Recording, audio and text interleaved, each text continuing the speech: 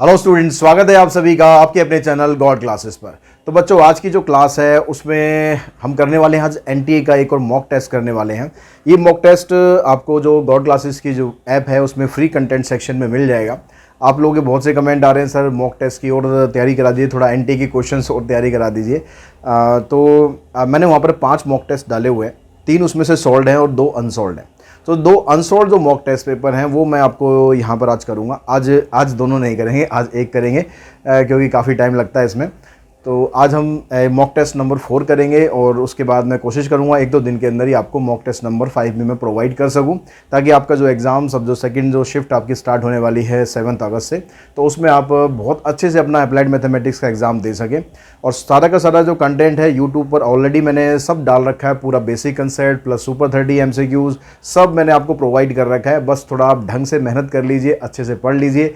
और प्लेलिस्ट का लिंक आपको मैं आई बटन में दे दूँगा, अगर ढूंढने में दिक्कत आ रही है तो वहाँ पर जाके आप पूरी की पूरी प्लेलिस्ट देख सकते हो। सारे के सारे चैप्टर्स बड़े अच्छे से बड़े आराम से कर सकते हो, कोई ज़्यादा आपको टेंशन लेने की ज़रूरत नहीं है।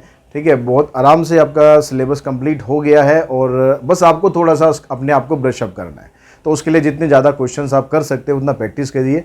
जो मैंने मॉक टेस्ट प्रोवाइड करे उनसे कीजिए। अगर आपके पास रेगुलर बुक भी है, उसमें कुछ MCQs क्वेश्चंस होंगे, आप उनको ट्राई कीजिए। तो करने को बहुत कुछ है, आप लोग बस बिल्कुल ऐसा मत करना कि बस मॉक टेस्ट पेपर 5 कर लिए उसी के ऊपर पूरे के पूरे रिलाय होके जाओ। लगभग उसी तरह के क्वेश्चंस आपके आ जाएंगे, लेकिन फिर भी जितना ज़्यादा प्रैक्टिस कर सकते हैं उतना ज़्यादा आप प्रैक्टिस करें। ठीक है, आज जो सबसे पहला जो हम क्वेश्चन लेने वाले हैं, आपको ये पता ही है कि जो आपका सेक्शन होता है उसके अंदर 2 सेक्शन होते हैं। सेक्शन ए के अंदर 15 क्वेश्चन है और सेक्शन बी के अंदर 35 क्वेश्चंस होंगे, उसमें से आपको 25 क्वेश्चंस करने होंगे।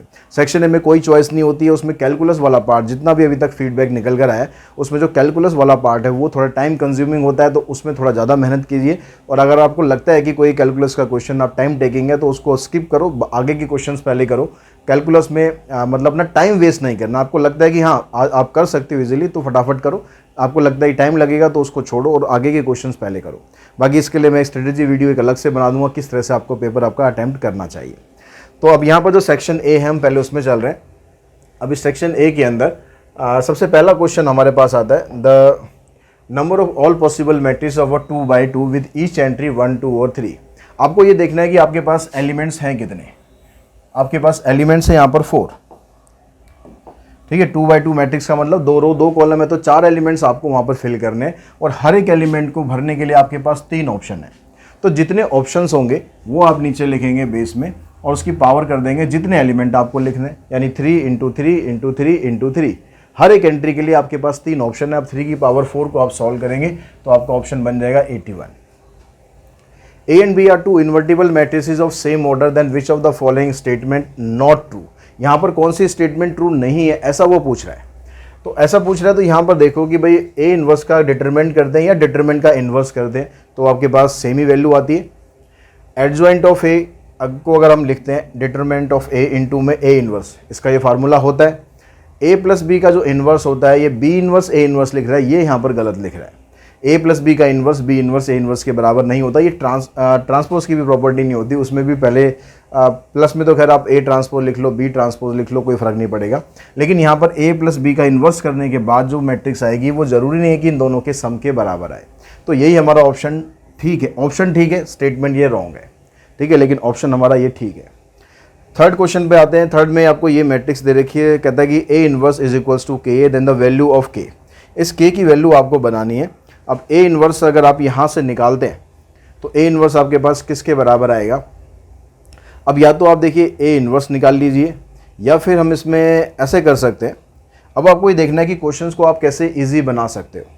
आपको ये पता है कि इन्वर्स को मैं A से मल्टीप्लाई कर दूं, मैं इसको यहाँ भी A से मल्टीप्लाई कर दूं, मैं यहाँ भी इसको A से मल्टीप्लाई कर दूं, तो ये A इन्वर्स को A से मल्टीप्लाई करेंगे I बन जाएगा और यहाँ पर आएगा K इंटू में A स्क्वायर। तो इन्वर्स निकालने के बजाय आप K का स्क्वायर कर लो, तो आई थिंक वो आपको ज़्यादा आसान पड़ेगा। ठीक है, इन्वर्स निकालने की जगह हम K का स्क्वायर कर लेते हैं और यहाँ पर इसका A का स्क्वायर करेंगे तो क्या आएगा, इसी मैट्रिक्स को इसी से ही मल्टीप्लाई करना है।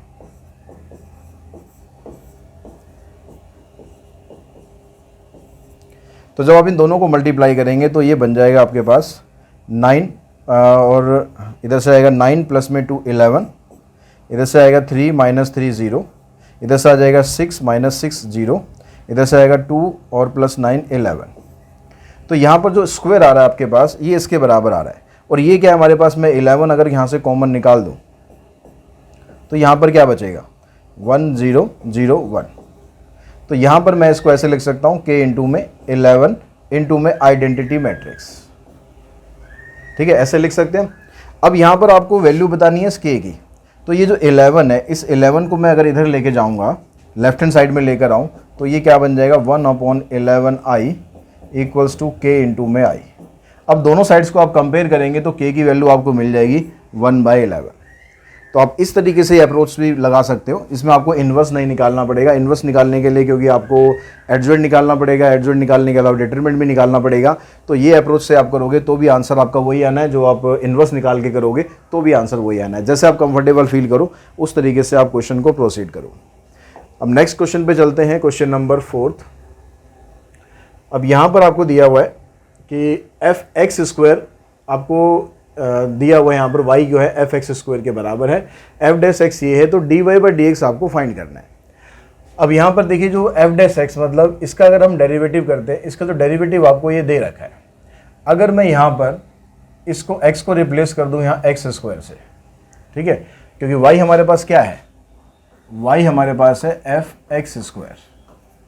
अगर मैं यहाँ से dy/dx निकालूँ तो जो fx होता है यहाँ पर आपको चेन रूल लगाना है। जो fx का डेरिवेटिव होता है वो होता है f', तो यहाँ आएगा f'(x²) और फिर x² का डेरिवेटिव करेंगे तो आएगा 2x। अब आपके पास जो f' है वो ये है। अगर मैं f' में यहाँ पर इस x को x² से रिप्लेस करूँगा तो ये भी स्क्वायर हो जाएगा, और यहाँ पर ये क्योंकि ऑलरेडी रूट के अंदर है तो वो स्क्वायर से रूट कैंसिल हो जाएगा, खाली बचेगा e⁻x। मतलब जो f' की जो वैल्यू यहाँ से आपको मिलेगी वो बचेगी e⁻x। तो यहाँ पर आप इसको पुट कर देंगे e⁻x इंटू में 2x। अब ऑप्शन देख लीजिए, आपके पास ऑप्शन क्या है 2x e⁻x, तो ऑप्शन बनेगा आपका इसमें बी। अगर हम नेक्स्ट 5th क्वेश्चन पे चलते हैं, यहाँ पर कहता है कि tangent to the curve this and this is parallel to x axis.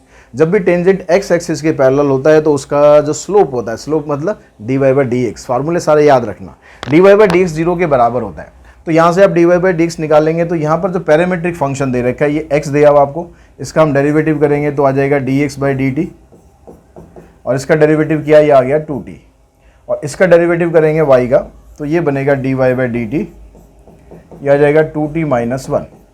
अब जब आपको dy/dx निकालना होता है तो इसमें आप इसको ऊपर रखते हैं, इसको नीचे रखते हैं।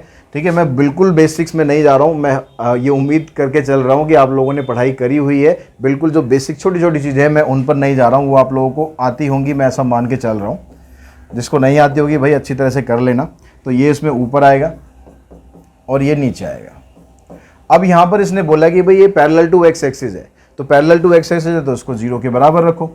अब ये वाली जो टर्म है ये इधर जाके 0 हो जाएगी, यहाँ रह जाएगा 2t - 1 इक्वल्स टू 0, तो t की वैल्यू आ जाएगी 1/2, यानी ऑप्शन बनेगा इसमें आपका सी। क्वेश्चन नंबर 6 पे देखते हैं। 6 में कहता है कि ये फंक्शन आपको दिया हुआ है strictly increasing on 1 to 2। Function strictly increasing दिया हुआ है, इस इंटरवल पर दिया हुआ है। अब फंक्शन स्ट्रिक्टली इंक्रीजिंग का हो या डिक्रीजिंग हो तो उसके लिए आपको पहले क्या निकालना पड़ता है, उसके लिए आपको उसका डेरिवेटिव फाइंड करना पड़ता है। तो अब डेरिवेटिव अगर इसका फाइंड करते हैं हम, f' आ गया हमारे पास 2x - a, ये f' हो गया। अब यहाँ पर ये कह रहा है कि जो x की वैल्यू है वो x की वैल्यू कहाँ से निकलती है, f' से निकलती है। तो x की वैल्यू कहाँ से कहाँ तक लाई कर रही है, कह रहा है 1 से लेकर 2 तक लाई कर रही है। अगर फंक्शन स्ट्रिक्टली इंक्रीज कर रहा है तो यानी x की वैल्यू 1 से लेकर 2 तक के बीच में लाई कर रही है। अब हमारे पास जो f' है वो ये आ गया 2x - a। तो आप यहाँ पर क्या करो, बैलेंसिंग करके यहाँ बीच में आप 2x - a को बनाओ। अब यहाँ पर पहले 2x बनाते हैं, 2x बनाने के लिए 2 से मल्टीप्लाई कर देते हैं इधर, और माइनस है तो यहाँ पर -a आ गया। अगर ये फंक्शन स्ट्रिक्टली इंक्रीजिंग है, स्ट्रिक्टली इंक्रीजिंग का मतलब क्या हुआ, यहाँ पर 2x - a यहाँ भी आएगा, तो यहाँ बीच में बन जाएगा आपके पास f', मतलब ये इस तरीके से आ गया। अब स्ट्रिक्टली इंक्रीजिंग में क्या होता है कि जो वैल्यू है वो हमारी ग्रेटर देन 0 होनी चाहिए। अब यहाँ पर ये वाली जो वैल्यू आ रही है ना 2 - a, इसकी वैल्यू ग्रेटर देन 0 होनी चाहिए, तभी तो पॉजिटिव बनेगी और तभी फंक्शन आपका स्ट्रिक्टली इंक्रीज करेगा। तो जो 2 - a अगर हम इसको ग्रेटर देन 0 रखते हैं तो इसका मतलब a की वैल्यू आ जाएगी लेस देन 2। इसको उधर लेके जाएंगे, साइन चेंज करेंगे, क्योंकि वहाँ पर माइनस का साइन आएगा, इनइक्वलिटी में चेंज हो जाएगा। तो ए की वैल्यू लेस देन 2 होनी चाहिए, तभी फंक्शन हमारा स्ट्रिक्टली इंक्रीज करेगा। यानी लेस देन 2 का मतलब हो गया -∞ से लेकर 2 तक के बीच में होनी चाहिए हमारी वैल्यू। ठीक है। अब यहाँ से सेकंड जो 7th क्वेश्चन है, इसमें आपको ये फंक्शन दिया हुआ है x की पावर x। ये कह रहा है कि इसका स्टेशनरी पॉइंट क्या हुआ है। स्टेशनरी पॉइंट मतलब टर्निंग पॉइंट, मतलब क्रिटिकल पॉइंट, मतलब वही आपको निकालना है इसके अंदर। तो ये जो x की पावर x है, इसका फार्मूला मैं ऑलरेडी आपको जो बेसिक वीडियोज़ है उसमें बताया था मैंने, और ये भी बताया था कि ये फार्मूला कई जगह यूज़ होगा। तो इसका डायरेक्ट डेरिवेटिव अगर आप याद रख लोगे तो बहुत बेटर रहेगा। इसका डेरिवेटिव होता है x की power x log x plus में 1। तो इसको याद कर लेना अगर अभी तक भी याद नहीं किया हुआ है, ताकि आपको बार बार उसका डेरिवेटिव ना करना पड़े। अगर डेरिवेटिव करना है तो उसमें आपको log लेना पड़ेगा दोनों साइड, उससे इसका डेरिवेटिव होगा। अब क्रिटिकल पॉइंट निकालने के लिए हम इसको 0 के बराबर पुट करते हैं। तो एक x की पावर x फंक्शन है, ये भी 0 के बराबर हो गया, और log x प्लस 1 है, ये भी 0 के बराबर हो गया। तो x की पावर x, तो ये तो 0 के बराबर हो ही नहीं सकता कभी। ऐसी कोई वैल्यू ही पॉसिबल नहीं है कि यहाँ पर आप वैल्यू रखोगे तो आंसर 0 के बराबर आ जाए। तो यहाँ से तो क्रिटिकल पॉइंट निकलेगा ही नहीं, इसे तो छोड़ दो। यहाँ से क्रिटिकल पॉइंट निकलेगा, log x को आप 1 को उधर लेके जाओ, तो log x इक्वल्स टू -1 आ गया। log को यहाँ पर हटाओगे, उधर लेके जाओगे तो e में कन्वर्ट हो जाएगा, e की पावर -1 या फिर 1/e। जैसा भी ऑप्शन में लिखा हो वो आपका आंसर आ जाएगा। ऑप्शन नंबर इसका आ जाएगा बी, 7th का। उसके बाद चलते हैं 8th क्वेश्चन पर। 8th क्वेश्चन में आपको कहता है यहाँ पर कि the corner point of the feasible region of an LPP are 0, 0, 5, 5, 15, 15, ये आपको कॉर्नर पॉइंट दे रखे हैं। ऑब्जेक्टिव फंक्शन ये दिया हुआ है। Then the condition on P and Q such that the maximum of Z occur at this and this. तो ये कह रहा है कि इसकी जो मैक्सिमम वैल्यू है वो 2 पॉइंट्स पर आ रही है। दोनों पॉइंट्स में से आप कोई भी डालोगे तो मैक्सिमम वैल्यू आएगी। यानी मैक्सिमम वैल्यू अगर दोनों पॉइंट से आ रही है तो मतलब बराबर ही आएगी ना। तो अगर मैं इस पॉइंट को इसके अंदर डालूं Z के अंदर, या मैं इस पॉइंट को Z के अंदर डालूं, तो आंसर दोनों से इक्वल आएगा। तो एक बार मैं 15, 15 को यहाँ पर पुट करता हूँ, तो ये बनेगा 15P, फिर Y की जगह भी 15 ही है, तो ये आ गया 15Q इज इक्वल्स टू, अब मैं 0, 20 यहाँ पर डालता हूँ, तो x की जगह 0 डालेंगे तो ये 0 हो जाएगा, और y की जगह 20 डालेंगे तो 20Q आ गया। 15 को आप उधर लेके जाओगे, माइनस करोगे तो ये आ जाएगा आपके पास 5Q, और 5 कॉमन निकालेंगे तो आ जाएगा 3P इक्वल्स टू Q। तो 3P इक्वल्स टू Q, ये आपका ऑप्शन बनेगा, ऑप्शन नंबर इसका डी। 9th क्वेश्चन में, ये क्वेश्चन देखो देखने में ऐसा लग रहा है कि ये बड़ा मुश्किल सा क्वेश्चन है, लेकिन इतना मुश्किल है नहीं। आपको बस कॉमन वॉमन सही से लेना आना चाहिए। अगर मैं यहाँ पर जो ये रूट के अंदर है, इस रूट के अंदर जो भी वैल्यू है उसमें से मैं क्या करता हूँ, मैं x² कॉमन निकालता हूँ। अंदर यहाँ पर आपके पास क्या रहेगा, अभी मैं रूट के अंदर ही रहता हूँ, ठीक है। x² नहीं, x निकाल लो कॉमन खाली, ठीक है, स्क्वायर मत निकालो। अब x कॉमन निकालेंगे तो यहाँ से बचेगा 1, यहाँ से बचेगा x, ये बचा। नीचे आपके पास जो है अभी उसको वही रखते हैं, बार बार आपको लिखने की जरूरत नहीं। MCQs में जितना टाइम आप बचा सकते हो बचाना, कि अभी उसमें कोई चेंज कर नहीं रहे हैं, उसको पड़ा रहने दो। अभी पहले इसी को सॉल्व करते हुए चलो। अब यहाँ पर 1 + x है, और ये दोनों टर्म रूट के अंदर है, ये भी और ये भी। तो अगर इन दोनों को हम अलग अलग करके लिखेंगे तो ऐसे आ जाएगा। अब ये जो पहले वाली टर्म है और ये दूसरे वाली टर्म है, इन दोनों के अंदर से √1 + x कॉमन निकल जाएगा, क्योंकि यहाँ 1 + x है, यहाँ √1 + x है। तो आप यहाँ से कॉमन निकालो √1 + x को, तो बचेगा कि आपके पास यहाँ से बच जाएगा √1 + x प्लस में √x। अब जो डिनोमिनेटर में दिया हुआ है आपको, वो दिया हुआ है √x प्लस में √1 + x। अब देखो आप, जो न्यूमिनेटर डिनोमिनेटर में ये कैंसिल हो जाएगा, बचेगा 1 + x। 1 + x की पावर यहाँ पर अभी रूट है, तो जब आप इसको इंटीग्रेट करोगे तो 1 + x की पावर आ जाएगी 3/2, और इधर आ जाएगा 2/3 प्लस में c। अब देखो ऑप्शन आपको कहाँ पर मिल रहा है, ऑप्शन बन गया आपका यहाँ पर बी। उसके बाद चलते हैं क्वेश्चन नंबर 10th पर। 10th क्वेश्चन में ये आपके पास फंक्शन दिया हुआ है 1 - x का होल स्क्वायर, डिवाइड में दिया हुआ है 1 + x², फिर e की पावर x dx। तो जब भी e की पावर x आपको दिया होगा तो आप कोशिश करें कि इसमें जो स्पेशल फॉर्म होती है बाय पार्ट्स की, वो फॉर्म आप यहाँ पर बना के देखो कि वो बन सकती है नहीं बन सकती है। अगर मैं यहाँ पर 1 - x का होल स्क्वायर कर दूँ, ठीक है, ये वाली टर्म क्या है, ये होल स्क्वायर दोनों के साथ है, इसके साथ भी है, मैं ऊपर क्या कर रहा हूँ, इसका होल स्क्वायर कर देता हूँ। तो करने पर क्या बनेगा, a² b² -2ab। और डिवाइड में 1 प्लस एक्स का होल स्क्वायर ही आ जाएगा, और e की पावर x साथ में है तो उसको तो आपको रखना ही है। अब ये जो 1 प्लस एक्स स्क्वायर है इसको सेपरेट कर देते हैं, इसको हम सेपरेट कर देते हैं, तो ये क्या बनेगा आपके पास 1 प्लस एक्स स्क्वायर, नीचे आ गया 1 प्लस एक्स स्क्वायर की power 2 minus 2x 1 plus x square की पावर 2, ठीक है, e की पावर x तो साथ में वहाँ है, यहाँ से ये कैंसिल हो गया। अब रह गया आपके पास 1/1 plus x square minus 2/1 plus x square का होल स्क्वायर इनटू में e की पावर x।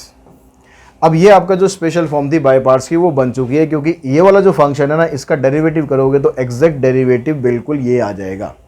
अब ये डेरिवेटिव आ गया तो मतलब आपका आंसर क्या होता है, आंसर होता है f(x) इंटू में e की पावर x। f(x) मतलब ये वाला फंक्शन हो गया 1 प्लस एक्स स्क्वायर इंटू में e की पावर x प्लस में c और लगा देंगे, ठीक है। अब यहाँ पर देखो कि कौन सा आपका ऑप्शन बनता है, ex 1 plus x square 1 plus x square, यानी ऑप्शन बनेगा आपका इसमें a, e की पावर x अपॉन में 1 प्लस एक्स स्क्वायर।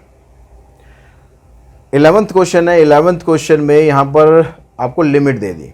लिमिट में मैंने आपको प्रॉपर्टीज़ जो बताई हैं उसमें 3 प्रॉपर्टीज़ बताई हैं। एक प्रॉपर्टी जो है सबसे पहली जो प्रॉपर्टी नंबर 3 है वो मोड वाले क्वेश्चन में लगती है, मोड वाला क्वेश्चन इसलिए है नहीं। उसके बाद की जो 2 प्रॉपर्टी है दोनों एक जैसी प्रॉपर्टी है, उनमें क्या करना है, लिमिट को दोनों को प्लस करके उसमें से x माइनस करना है। तो अगर लिमिट में यहाँ 0 to a है तो 5वीं वाली लग जाएगी, और लिमिट में अगर a to b है तो 4थी वाली लग जाएगी। तो यहाँ पर a to b है तो आपको क्या करना है, उठा के बस यहाँ जो x है उस x की जगह कर देना है a plus b minus x, और नीचे भी आपको यही कर देना है a plus b minus x, a plus b और माइनस एक्स की जगह फिर से a plus b minus x. अब यहाँ पर आप देखोगे a प्लस बी तो ये a प्लस बी से कैंसिल हो जाएगा, माइनस माइनस प्लस एक्स बचेगा, तो ये बन जाएगा a plus b minus x upon में a plus b minus x plus में रूट एक्स। ये वाली जो इक्वेशन है इसको सेकंड मान लो, ये जो क्वेश्चन में दी है ये हमारी फर्स्ट हो गई, और इसको i के बराबर लेके चलना, ये भी i हो गया। ऐसे क्वेश्चन में आपको इन दोनों को ऐड कर देना है, तो i a बन जाएगा 2i, और यहाँ पर देखो जो डिनोमिनेटर है दोनों का ये सेम है, a plus b minus x ये आ गया, रूट एक्स ये आ गया। अब जब डिनोमिनेटर दोनों का सेम है तो न्यूमिनेटर भी दोनों का एज इट इज आएगा, तो यहाँ न्यूमिनेटर रूट एक्स है, यहाँ पर न्यूमिनेटर ये है, और यहाँ पर अगर आप और इसको छोटा करोगे तो देखो ध्यान से न्यूमिनेटर डिनोमिनेटर बिल्कुल दोनों सेम आ रहे हैं। अगर ये दोनों बिल्कुल सेम आ गए तो ये तो कट जाएगा ना, कटने के बाद यहाँ बचेगा 1, और 1 का इंटीग्रेशन करोगे तो आ जाएगा x, और लिमिट आपको दे रखी है a से लेकर b। अब लिमिट पुट कर दो यहाँ पर b माइनस a, यहाँ से 2 को हटाओ, आंसर आ गया b माइनस a अपॉन में 2, तो b माइनस a अपॉन में 2 ये आपका आंसर आ गया, ऑप्शन नंबर सी। अब क्वेश्चन नंबर 12 पे चलते हैं। 12th में आपको कहता है कि भाई area in square unit bounded by the parabola y square equals to 8x।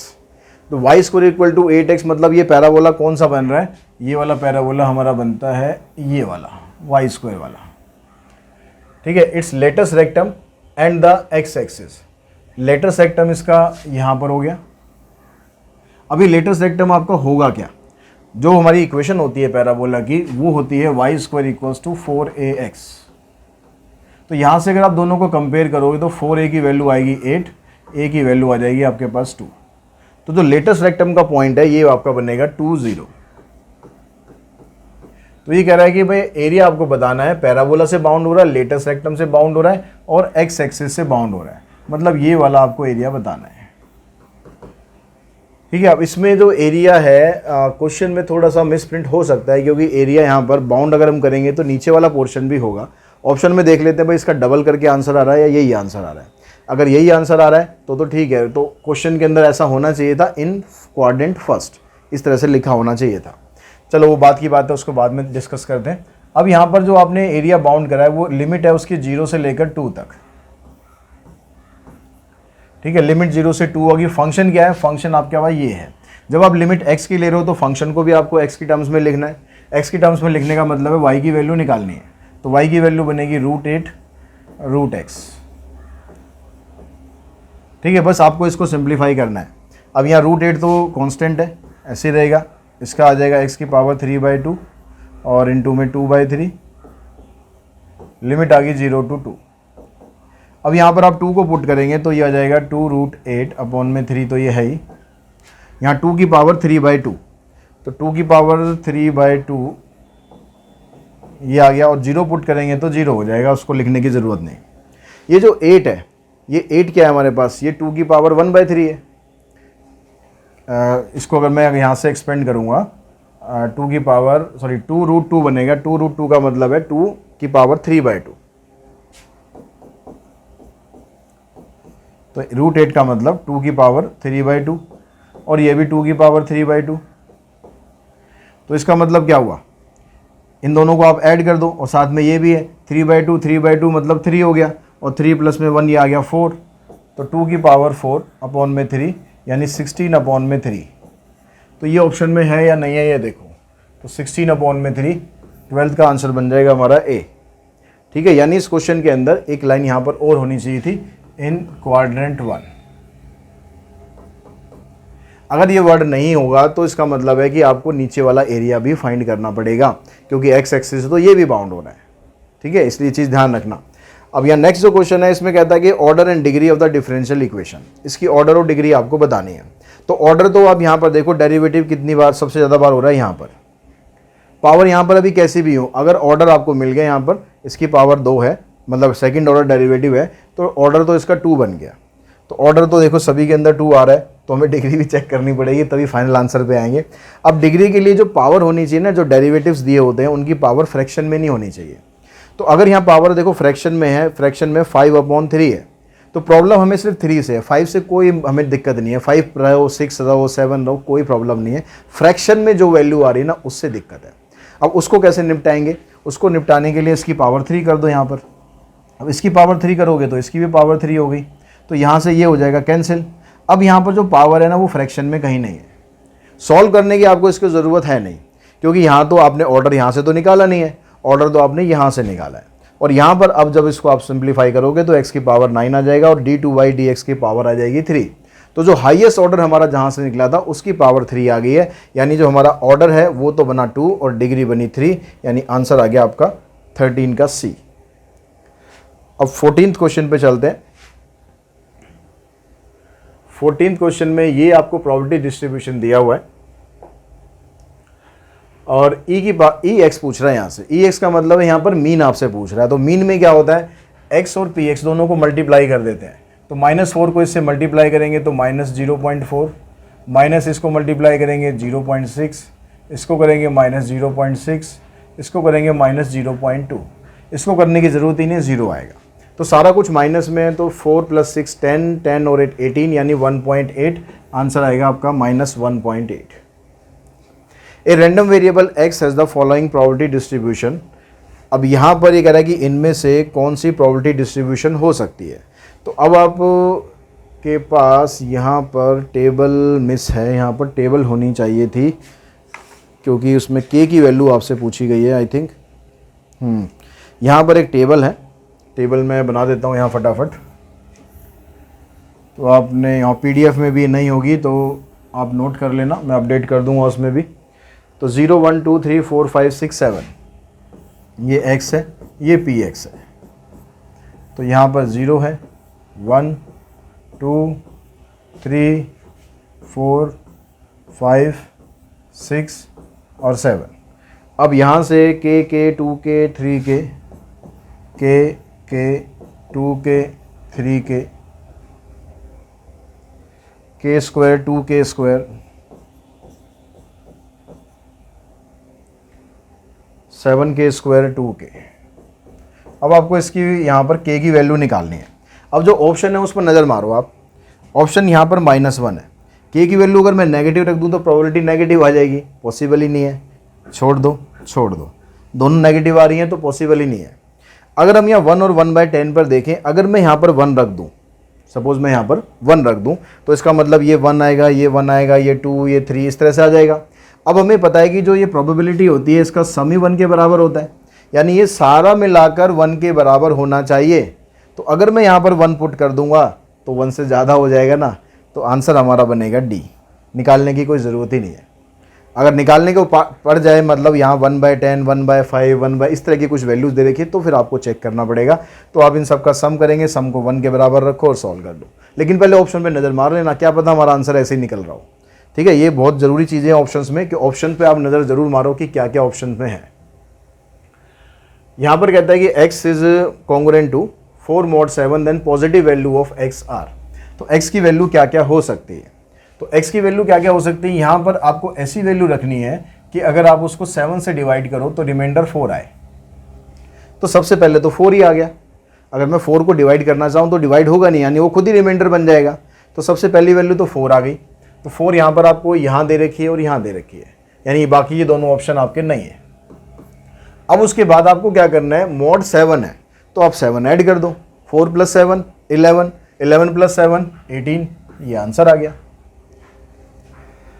In what ratio must a grocer mix 2 variety of pulses costing ₹85 per kg and ₹100 per kg respectively so as to get a mixture worth rupees? Simple सा question है। दो आपके पास यहाँ पर pulses है, एक की cost है 85, एक की कॉस्ट है 100, और मिक्स करने के बाद कॉस्ट आ गई 92। आपको इनकी रेशो बतानी है। तो रेशो निकालने के लिए 100 - 92 करेंगे, 8 आ गया, और 92 - 85 करेंगे, 7 आ गया। तो आंसर आ गया 87, यानी ऑप्शन बन गया आपका 17 का बी।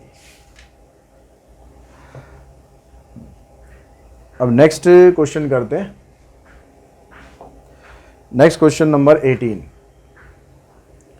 18 में आपको बोलता है कि भाई मिल्क और वाटर दो तरह के आपके पास, वो दो चीज़ों को मिक्स करना है। दो वेसल हैं, एक के अंदर इसकी रेशो है 5:3, एक के अंदर रेशो है 5:4। तो हम किस रेशो में मिक्स करें कि जो नई रेशो हमारी 7:5 आ जाए। तो यहाँ पर मिल्क और वाटर की रेशो दे रखी है, तो आप या तो मिल्क की क्वांटिटी निकाल लो या वाटर की निकाल लो। अगर मैं मिल्क की क्वांटिटी लूँ, पहले ये मिल्क दिया हुआ है, तो पहली जो रेशो है वो मिल्क की है। तो यहाँ पर इस कंटेनर के अंदर मिल्क कितना है, 5/8, क्योंकि टोटल कितना है, मिल्क और वाटर दोनों का मिलाकर 8 है, उसमें से 5 है मिल्क। ऐसे ही वहाँ पर है 5/4, दूसरे कंटेनर में है 5/4 है, तो 5 + में 4 9 हो गया। और दोनों को जब मिक्स करा तो उसमें मिल्क की क्वांटिटी आ गई 7 और टोटल आ गया 12। तो आपको इसकी रेशो बतानी है कि मिल्क और वाटर किस रेशो में है। तो यहाँ से अब x और y निकाल लो। अब ये निकालने के लिए इसमें से इसको मल्टीप्लाई और माइनस करना है। माइनस करने के लिए हमेशा क्या होगा कि आप न्यूमरेटर को सेम और डिनोमिनेटर को सेम कर लो। अब डिनोमिनेटर यहाँ पर तो 12 है, यहाँ पर है 4 और 9 है, तो मैं यहाँ पर इसको 3 से मल्टीप्लाई कर देता हूँ, यहाँ भी 3 से मल्टीप्लाई कर दूँ, यहाँ पर 4 से कर देता हूँ। तो यहाँ पर आ गया आपके पास 20/36 और इधर आ गया 21/36 डिवाइड में। इसमें से आपको इसको माइनस करना है। अब यहाँ पर 36 तो यहाँ बनेगा नहीं, तो आप यहाँ पर कुछ और बना लो, यहाँ पर बना लो 24। अब 24 बनाने के लिए मैंने इसको 2 से कर दिया, इसको 2 से कर दिया, इसको 3 से कर दिया, इसको 3 से कर दिया। तो ये बन गया आपके पास। इसमें से इसको माइनस करना है, 14 - 24, 15 - 24। या आप ऐसा कर सकते हो कि तीनों का 8, 9 और 12 तीनों का एलसीएम एक जैसा बना लो, ऐसा भी कर सकते हो। अब यहाँ पर आ जाएगा -1/36, इधर आ जाएगा -1/24, इसको कैंसिल करोगे 2 ऊपर जाएगा तो 2:3 आपका आंसर आ जाएगा, यानी ऑप्शन बनेगा आपका सी। 19 क्वेश्चन पे चलते हैं। 19 में कहता है pipe A and B can fill a tank in 4 hour and 5 hour respectively. एक पाइप जो है 4 में भरता है, एक 5 में भरता है, तीसरा पाइप सी है जो खाली कर देता है 10 में। तीनों को अगर हम इकट्ठा चला दें तो क्या होगा। तो पहले वाले का काम आ गया 1/4, दूसरे वाले का 1/5, तीसरे का -1/10, क्योंकि ये खाली कर रहा है। तो अब यहाँ पर एलसीएम लोगे तो एलसीएम आ जाएगा 20, यहाँ आ जाएगा 5, यहाँ आ जाएगा 4, यहाँ आ जाएगा 2, 5 - 4 9, 9 - 2 आ गया 7, तो 7/20। तो जब टाइम निकालते हैं तो उसको रेसिप्रोकल कर देते हैं, तो 20/7, 20/7 का मतलब हो गया 2 and 6/7। देखो 2 and 6/7, ऑप्शन बन गया आपका बी। क्वेश्चन नंबर 20 क्वेश्चन में कहता है कि दो पाइप हैं, दोनों को अगर इकट्ठा चलाते हैं तो 4 घंटे में भर देते हैं। Pipe A takes 6 hour more than A to fill the tank. Pipe A जो है वो 6 घंटे ज़्यादा ले रहा है। If they are open separately the time taken by A to fill the tank alone. तो अब यहाँ पर एक जो है वो दूसरे से 6 घंटे ज़्यादा ले रहा है। तो अगर हम यहाँ पर ए का टाइम निकालें कि भाई ए का टाइम कितना होगा, तो हम मान लेते हैं कि जो पाइप ए है वो x आवर्स ले रहा है, पाइप बी x + 6 आवर्स ले रहा है, दोनों मिलाकर 4 घंटे ले रहे हैं। तो ये इसका 1 आवर का काम इतना हो गया, इसका 1 आवर का काम इतना हो गया, और ये आ गया आपके पास 1/4। अब आप यहाँ पर एलसीएम ले लो, इधर आ जाएगा x + 6 प्लस में x = 1/4, इसको क्रॉस मल्टीप्लाई करके इधर ले आएंगे, x² प्लस में 6x,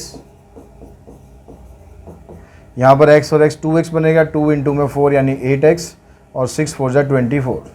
जितना मतलब शॉर्टकट कर सकते हो उतना शॉर्टकट ज़रूर करो ताकि आपका टाइम बचे।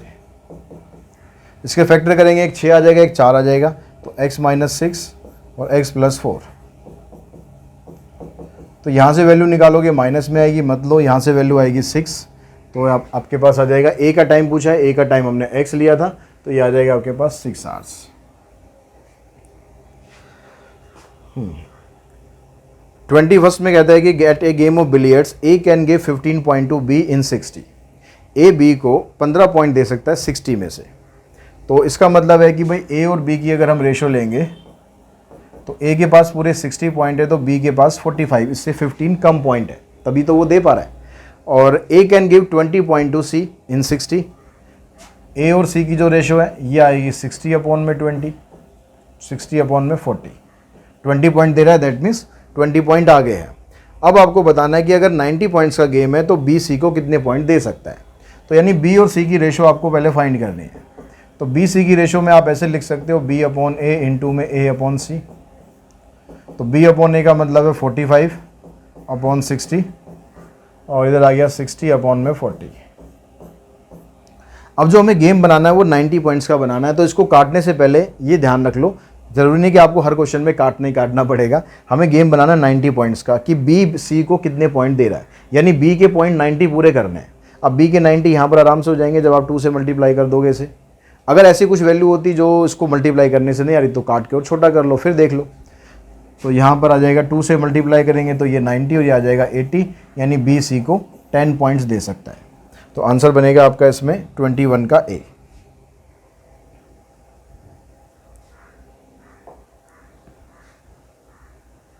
Question number 22। चलो उसको बाद में ले लेंगे। 22 में कहता है कि A and B invest ₹50,000 and ₹45,000 respectively in a business. After 9 months B withdraw his investment at the end of a year, they ended a profit of rupees this. What was the B share of profit? A ने 50,000 रुपये डाले, B ने 45,000 डाले, लेकिन be after 9 months B ने अपने पैसे निकाल लिए। यानी ए का जो अमाउंट है वो पूरा 12 महीने के लिए है, लेकिन जो बी का अमाउंट है वो सिर्फ 9 months के लिए है। तो यहाँ से प्रॉफिट शेयर निकाल लो, किसका कितना बन रहा है। तो यहाँ पर 3 0 ख़त्म करो और काट लो, इसे 5 से काटोगे, ये 5 से काटोगे, और देखो 3 से काट लिया, और कट सकता है क्या? और मेरे ख्याल नहीं कट रहा। तो यहाँ रेशो आएगी 40, यहाँ आ गया 27। अब अगर हम बी का शेयर निकालना चाहें, टोटल प्रॉफिट है 13,400, तो बी का शेयर कितना है? बी का शेयर है 27। टोटल कितना बनेगा? टोटल बनेगा 67, और इसको मल्टीप्लाई कर देंगे टोटल प्रॉफिट से, तो ये 2 पे कैंसिल होगा, तो आ जाएगा 54,000। 54,000, 100 क्यों बोल रहा है? 2 0 आएंगी, अच्छा ठीक है, 5400, यानी इसका जो बी का शेयर है वो इतना बनेगा। नेक्स्ट क्वेश्चन में कहता है, नेक्स्ट में चलो ऑप्शन नीचे चला गया है, उसको ले आते हैं ऊपर पहले। नेक्स्ट में कहता है 23rd में, निशा started a business with rupees this. After few months, Kusum joined her with an investment of rupees this. At the end of a year, they share the profit equally. दोनों का profit equal है। कि then find after how many months Kusum joined निशा। तो कितने months के बाद दोनों कुसुम ने निशा को ज्वाइन किया।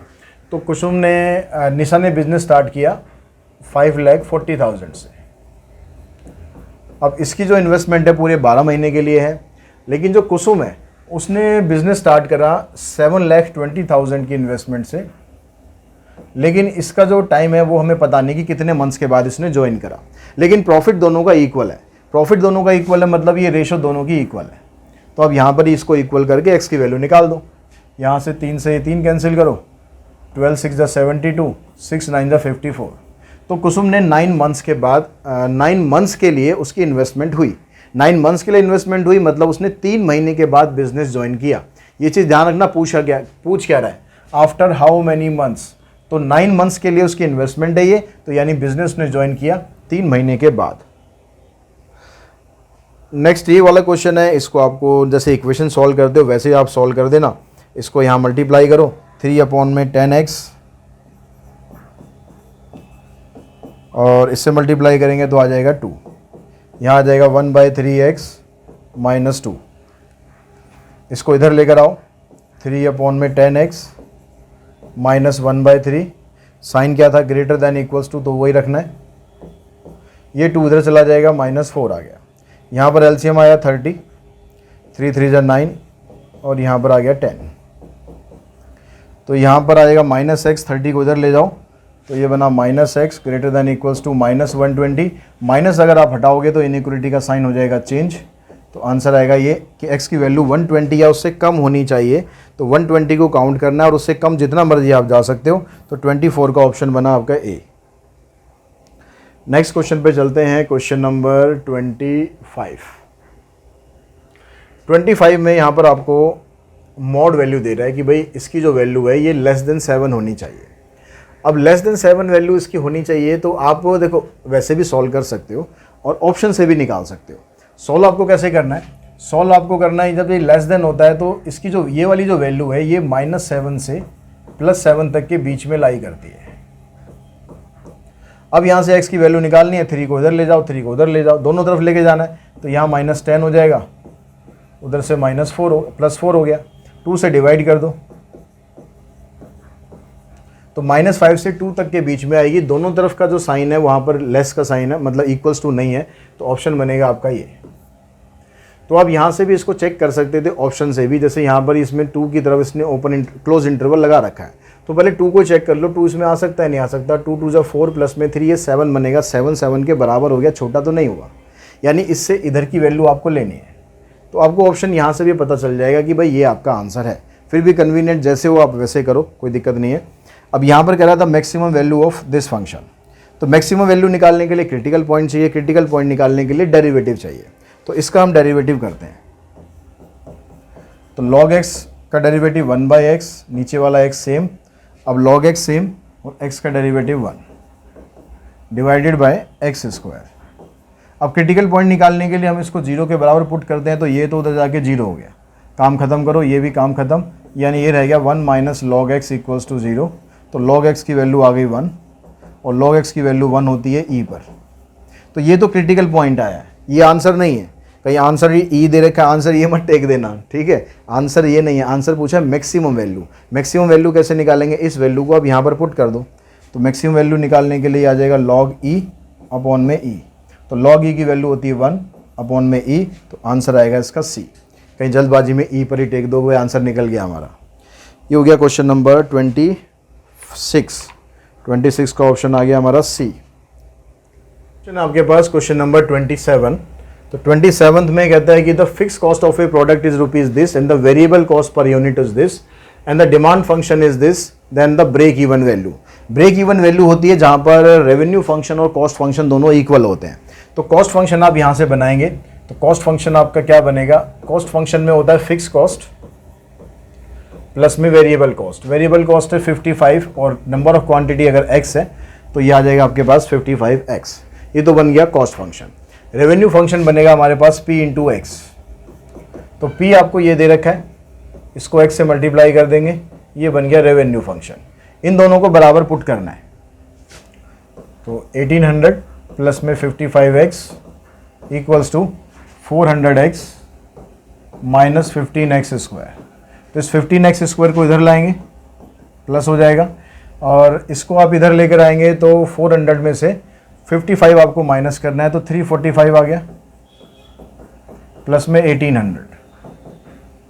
अब यहाँ से देखो आप कि x 15 पहले कॉमन निकाल लो। 15 अगर आप कॉमन निकालोगे तो आपके पास बचेगा 15 2 30, 15 3 45, यहाँ पर x आएगा, और यहाँ से निकालोगे 15 1 15, 15 2 30।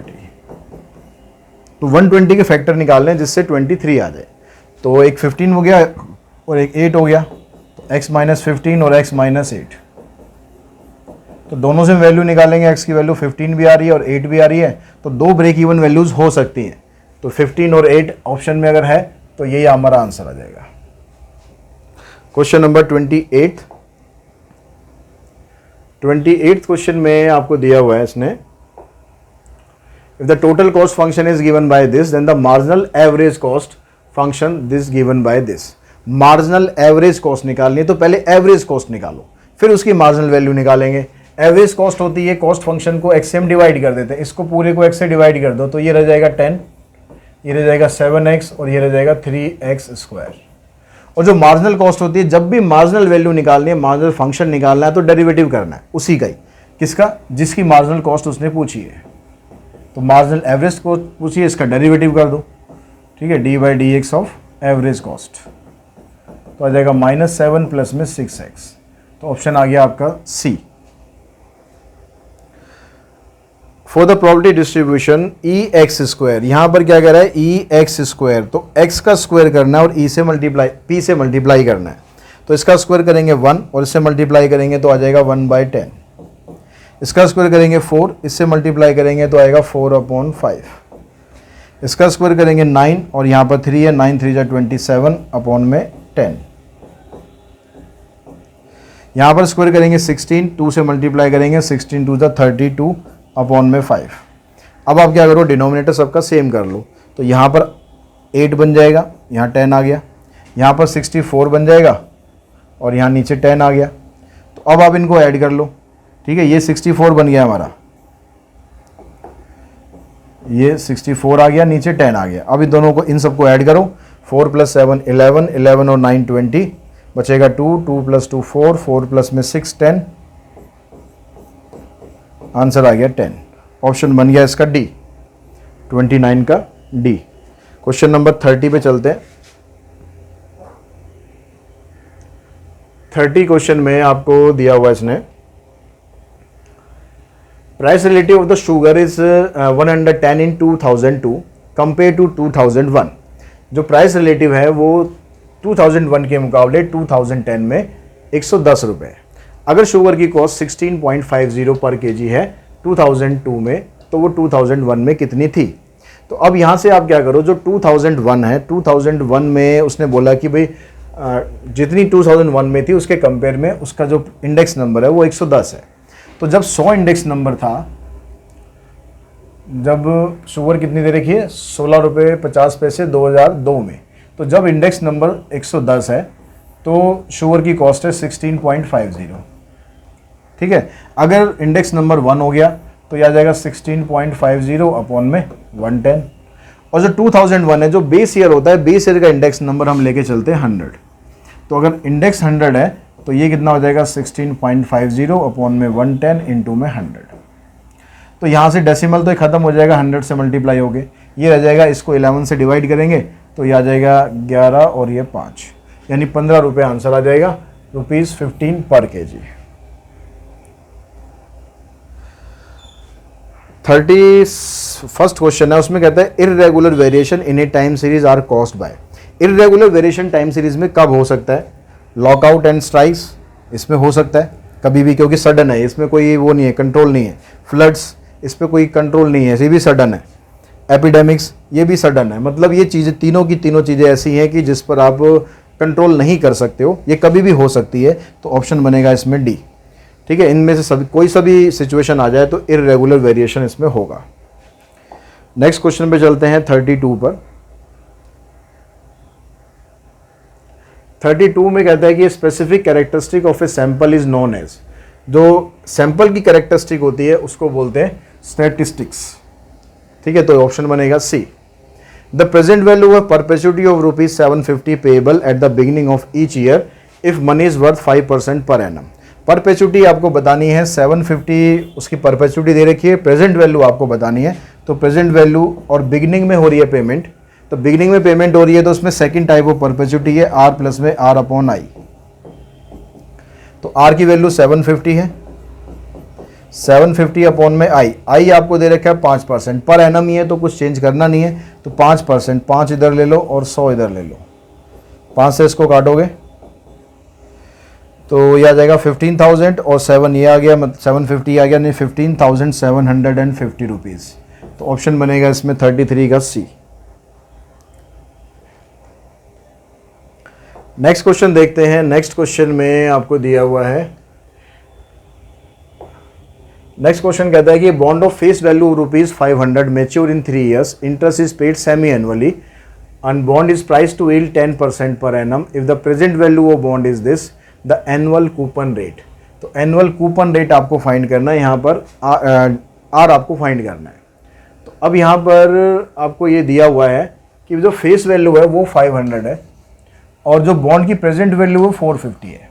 अगर प्रेजेंट वैल्यू बॉन्ड की कम होती है तो जो उसका कूपन रेट होता है वो उसके यील्ड टू मैच्योरिटी से या डिविडेंड रेट से कम होना चाहिए। तो यानी जो एनुअल कूपन रेट होगा वो 10% से कम होगा, यानी आंसर बनेगा आपका इसमें ए। आपको निकालने की कोई ज़रूरत नहीं है, बस आपको कंसेप्ट पता होना चाहिए। अब अगर प्रेजेंट वैल्यू कम है तो कूपन रेट कम होगा, प्रेजेंट वैल्यू ज़्यादा है तो कूपन रेट ज़्यादा होगा। आगे जो क्वेश्चन है हमारे पास ये एसेसन टाइप क्वेश्चन है। तो इसमें आप देखो कि क्या क्या दिया हुआ है। स्टेटमेंट ऑप्शन आपको चलो यहाँ पर दे रखे हैं। तो 35th क्वेश्चन है। 35th क्वेश्चन में ये कहता है यहाँ पर कि let A and B be 2 square matrices of the same order. A और बी दो आपके पास स्क्वायर मैट्रिक्स हैं सेम ऑर्डर की। तो A dash B A symmetric if B is symmetric. अगर ए डैश बी ए कह रहा सिमेट्रिक होगी, अगर बी भी सिमेट्रिक होगा, तो इसका ट्रांसपोज निकाल के देखते हैं इसका ट्रांसपोज क्या बनेगा। इसका ट्रांसपोज निकालेंगे तो रिवर्स लॉ लगा दो। उसमें 3 मैट्रिक्स हैं तो ए ट्रांसपोज पहले आ जाएगा, फिर बी ट्रांसपोज आएगा, फिर ट्रांसपोज का ट्रांसपोज होते नहीं ए हो जाएगा। अब अगर बी सिमेट्रिक है तो इस ट्रांसपोज की जगह पर हम बी पुट कर सकते हैं, तो यानी ये बन जाएगा इस तरीके से। तो जो मैट्रिक्स थी देखो वही मैट्रिक्स बन गई, तो ये सिमेट्रिक है, मतलब ये वाली स्टेटमेंट तो ट्रू है। अब सेकंड स्टेटमेंट देखो वो क्या है, A dash B is skew symmetric and B is skew symmetric. अगर बी स्क्यू सिमेट्रिक है तो ये स्क्यू सिमेट्रिक होगा, तो क्वेश्चन तो सेम ही है ना। अब यहाँ बी ट्रांसपोज की जगह डालेंगे माइनस बी, तो माइनस बी डालने से ये स्क्यू सिमेट्रिक बन जाएगा, यानी ये वाली स्टेटमेंट भी ट्रू है। तो ऑप्शन हमारा ये है कि both the statement are true and statement true is not the correct explanation of the statement 1। अच्छा ये चीज़ भी देखनी है। तो ये दोनों स्टेटमेंट अलग अलग हैं, ये सिमेट्रिक के लिए, ये स्क्यू सिमेट्रिक के लिए। तो आप इसमें कह सकते हो कि ये इसका करेक्ट एक्सप्लेनेशन नहीं है, ये एक अलग चीज़ है, वो एक अलग चीज़ है। तो 35th का हो गया बी। 36 पर चलते हैं।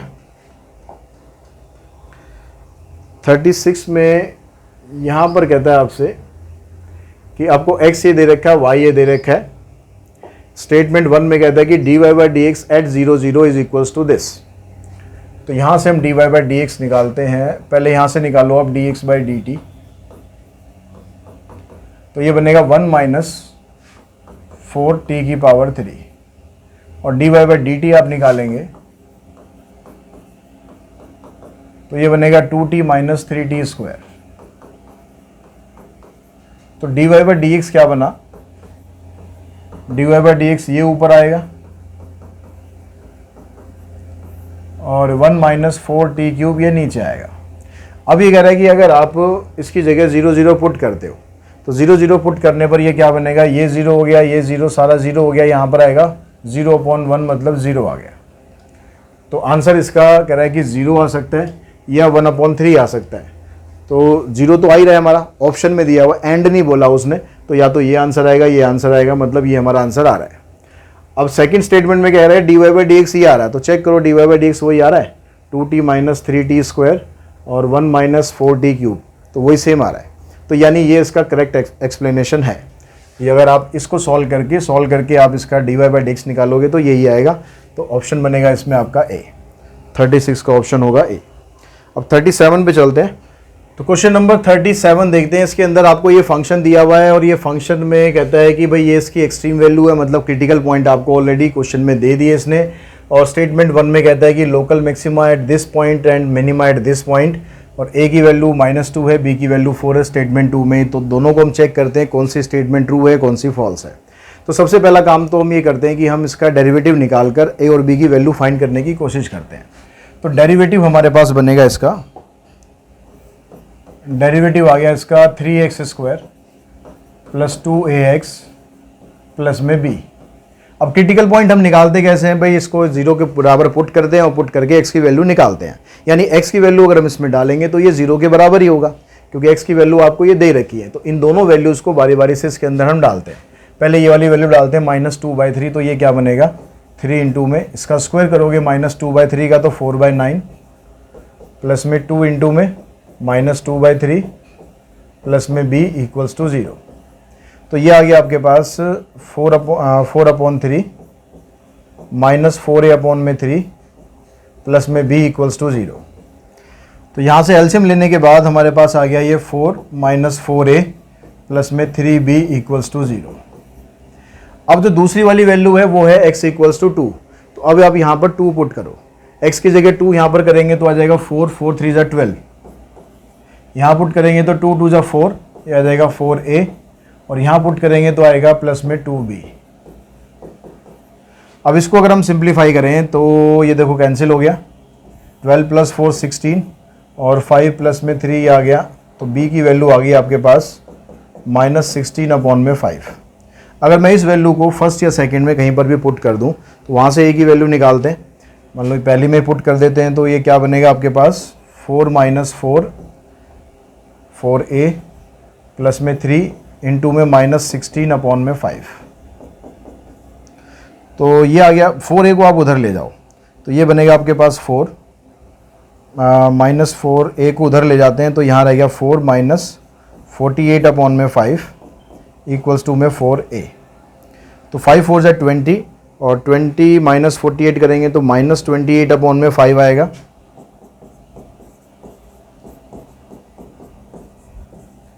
चार से हम इसको काट देंगे तो a की वैल्यू आ रही है -7/5। तो a और b की जो वैल्यू आ रही है वो यहाँ पर कह रहा है कि ये वैल्यू आ रही है, तो ये वाली स्टेटमेंट तो आपकी होगी फॉल्स। अब ये स्टेटमेंट फॉल्स हो गई तो सेकंड वाली स्टेटमेंट फॉल्स यहीं पर ही है, तो ऑप्शन आपका सी यहीं से ही बन जाएगा, आपको और चेक करने की ज़रूरत ही नहीं है। अगर चेक करने की ज़रूरत पड़ जाए तो फिर आप यहाँ पर सेकंड डेरिवेटिव निकाल कर मैक्सिमम मिनिमा चेक कर सकते हो कि उस पर मैक्सिमम आएगा या मिनिमम आएगा। उसके बाद चलते हैं हम क्वेश्चन नंबर 38 पर।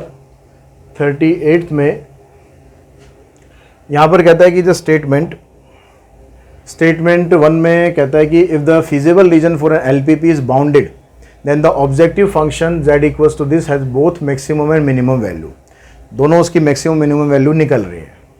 स्टेटमेंट 2 में कह रहा है कि feasible region of a system of linear inequality said to be bounded if it is can be enclose within a circle.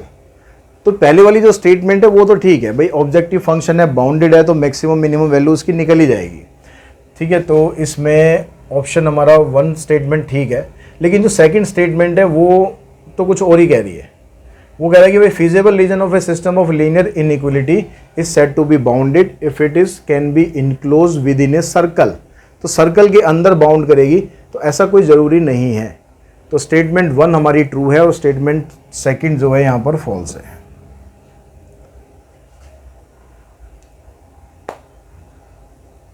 Circle के अंदर अगर बाउंड करती है हमारी लीनियर इक्वेशन,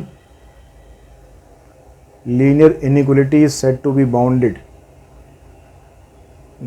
स्टेटमेंट 1 हमारी ट्रू होगी, स्टेटमेंट 2 यहाँ पर फॉल्स होगी। नेक्स्ट क्वेश्चन पे चलते हैं। नेक्स्ट क्वेश्चन में यहाँ पर हमें मैच द कॉलम करने। तो एवरेज कॉस्ट क्या होती है, जब हम कॉस्ट को डिवाइड कर देते हैं x से, तो इसका ऑप्शन बनेगा हमारा a का सेकंड। अब a का सेकंड देखो कहाँ पर है, यहाँ पर है और यहाँ पर है, तो ये ऑप्शन ख़त्म, ये ऑप्शन ख़त्म। यहाँ पर फिर b का थर्ड है, यहाँ भी b का थर्ड है, छोड़ दो, b को मत कंपेयर करो। c का फोर्थ है, तो c ये देखो मार्जिनल एवरेज कॉस्ट। तो मार्जिनल कॉस्ट किसकी कह रहा है, ये एवरेज कॉस्ट की। तो एवरेज कॉस्ट का डेरिवेटिव, एवरेज कॉस्ट का डेरिवेटिव यहाँ पर नहीं है, यहाँ पर नहीं है, तो मार्जिनल एवरेज कॉस्ट का फार्मूला ये भी होता है। चलो इसको भी छोड़ देते हैं, हम पहले इसको चेक करते हैं। मार्जिनल रेवेन्यू, मार्जिनल रेवेन्यू होता है इसका, ठीक है, रेवेन्यू फंक्शन का डेरिवेटिव। तो डी का ऑप्शन बनेगा 1। अब डी का ऑप्शन 1 यहाँ पर है तो ऑप्शन बनेगा आपको बी। तो जहाँ से आपको आसान पड़ता है मैच करना वहाँ से आसान करो, वहाँ से मैच करो, अपना आंसर फाइनल करो। क्वेश्चन नंबर 40 में यहाँ पर भी आपको मैच करना है। यहाँ पर कह रहा है stratified sampling, systematic sampling, snowball sampling, cluster sampling, जिसके बारे में आप सबसे ज़्यादा कंफर्टेबल हो आप पहले उसको देखो। जैसे स्नोबॉल सैम्पलिंग है, स्नोबॉल सैम्पलिंग क्या होता है यहाँ पर, first select the some member, then with the help of selected person select some more members and this process continue, यानी सी का ऑप्शन बनेगा आपका सेकंड। अब सी सेकंड देखो कहाँ पर है, यहाँ भी नहीं है, यहाँ भी नहीं है, सी सेकंड सिर्फ यहाँ पर है, तो यही आपका ऑप्शन है, ठीक है। 40 का जो ऑप्शन है वो है सी। तो इस तरीके से फाइंड करने की कोशिश करो ताकि जल्दी से जल्दी आपको आपका आंसर मिल जाए। अब ये नाव चला लो। यहाँ पर कह रहा है कि Sushi is rowing a boat, she takes 6 hour to row 48 kilometre upstream. अगर 48 किलोमीटर अप स्ट्रीम जाती है, अप स्ट्रीम की स्पीड होती हम काउंट करते हैं वी से, तो वी आपके पास कितना बनेगा 8। Where she takes 3 hours to go the same distance downstream, downstream यही डिस्टेंस कवर करती है, तो x की वैल्यू बनेगी आपकी 16। तो u आ गया 16 और v आ गया आपके पास 8, ठीक है। u 16 है और v 8 है, ध्यान रखना, u 16 और v 8।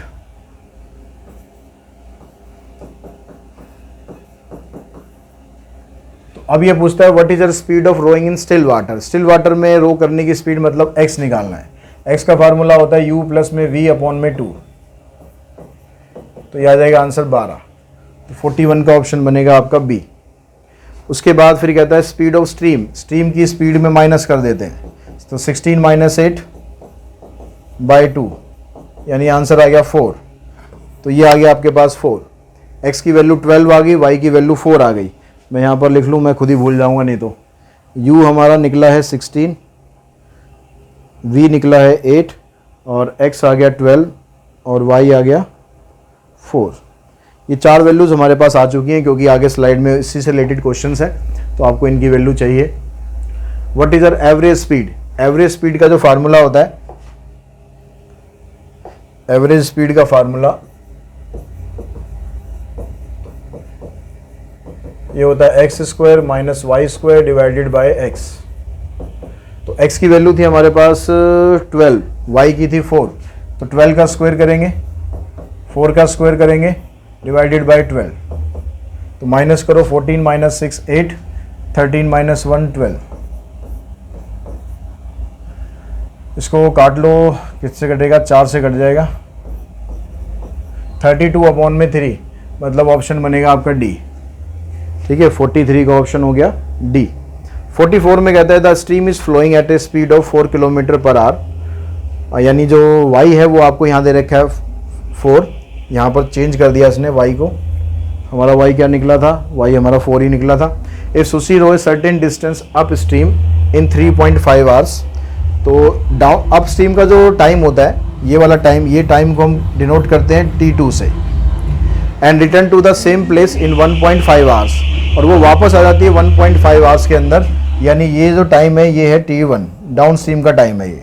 Then the speed of Sushi's boat in the still water, आपको x फाइंड करना है। तो x का जो फार्मूला होता है x अपॉन में y, t2 प्लस में t1 और t2 माइनस t1, ये हमारे पास फार्मूला होता है। तो x की वैल्यू आपको निकालनी है, y की वैल्यू दे रखी है 4, t2 प्लस t1 दोनों को अगर हम प्लस करेंगे 1.5 और 3.5 को, तो ये आ जाएगा 5, और माइनस करोगे इसमें से इसको तो ये आ जाएगा 2।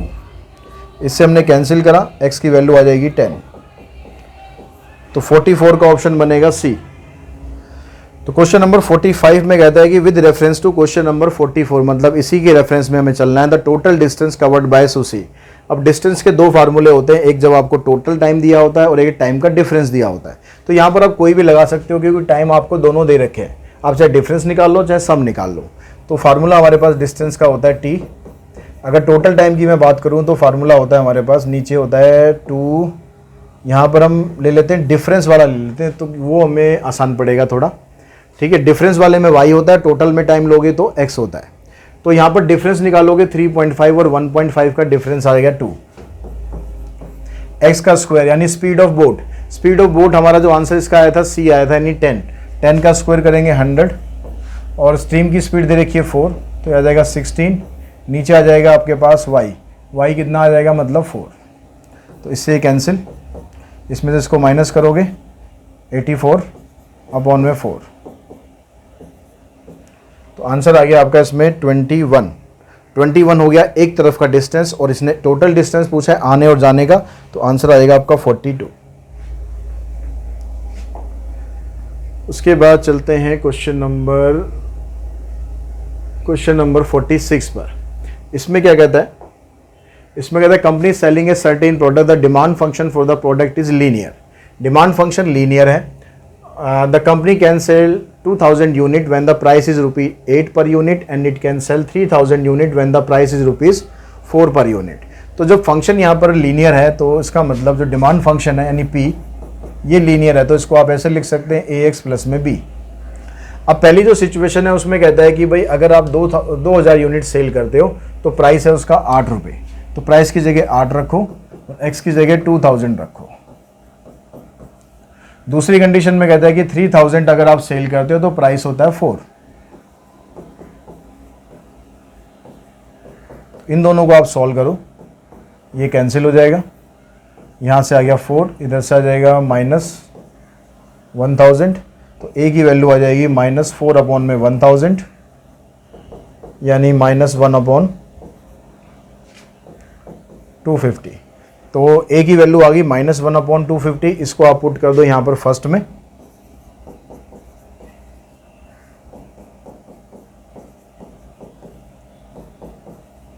इससे हम इसको काटेंगे तो 8 पे कट जाएगा, तो -8 इधर आके प्लस हो जाएगा यानी 16 आ जाएगी B की वैल्यू।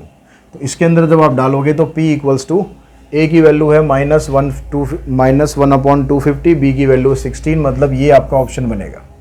उसने B पहले लिख दिया, पॉजिटिव था 16, A बाद में लिख दिया यहाँ पर -1/250x। अब कहता था टोटल रेवेन्यू फंक्शन, तो रेवेन्यू फंक्शन क्या होता है, P जो निकलता है उसको आप x से मल्टीप्लाई कर दो, तो इसको हम x से मल्टीप्लाई करेंगे तो 16x माइनस x²/250, तो इसका भी ऑप्शन बनेगा आपका A। 46, 47 दोनों का आंसर हमारा बन गया A, और रेवेन्यू फंक्शन आ गया 16x माइनस x²/250। अब नेक्स्ट क्वेश्चन पे चलते हैं। नेक्स्ट में कहता है कि भाई the value of for which the total revenue will be maximum. अब जो रेवेन्यू फंक्शन है वो मैक्सिमम कब होगा ये आपको बताना है। तो रेवेन्यू फंक्शन हमारा आया था, कहाँ लिखा, 16x